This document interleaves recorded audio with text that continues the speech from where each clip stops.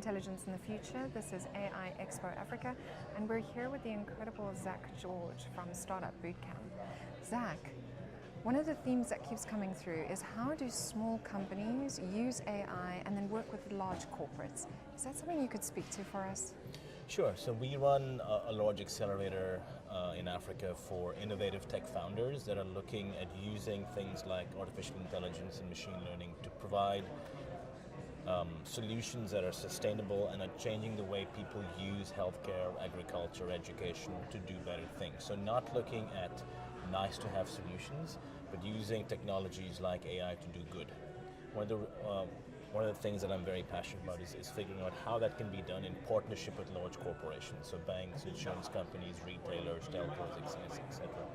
So one of the examples that I often talk about is in the field of agriculture. So how do you use AI through drones and satellite imagery to look at better yields for crops, using it, looking at the early onset of diseases for plants, acidity in the soil and water and air quality.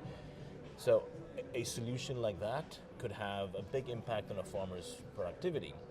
But if you look at it just in isolation and look at a farmer and a small business and you ignore insurance companies and banks that provide loans to them, you're missing a key component of the value chain.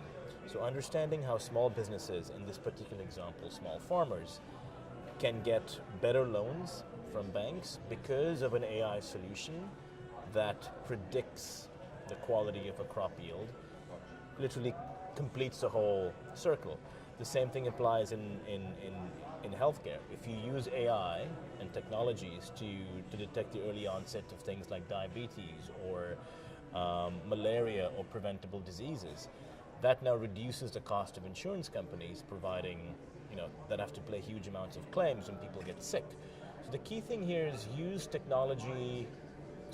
technological solutions coming out of startups, but understand how large corporations benefit from that. And when large corporations work with really innovative tech startups that have AI solutions that benefits them financially and betters the population, those are solutions that will eventually become billion-dollar companies. So instead of building more hospitals and more schools, rather invest in things like telemedicine, uses AI, remote surgery, uses AI, remote long-distance education was figuring out what is the best way to provide a tool for someone versus just providing them more textbooks. So I think that is a conversation that needs to be had, and we're getting there, and an expo like this provides a perfect platform for that to be explained. That's amazing, thank you. What you're speaking about is AI for all and AI for good, right? Yes, absolutely. Great, thank you for spending time with us and for being with us at AI Expo Africa. Most welcome, thank you.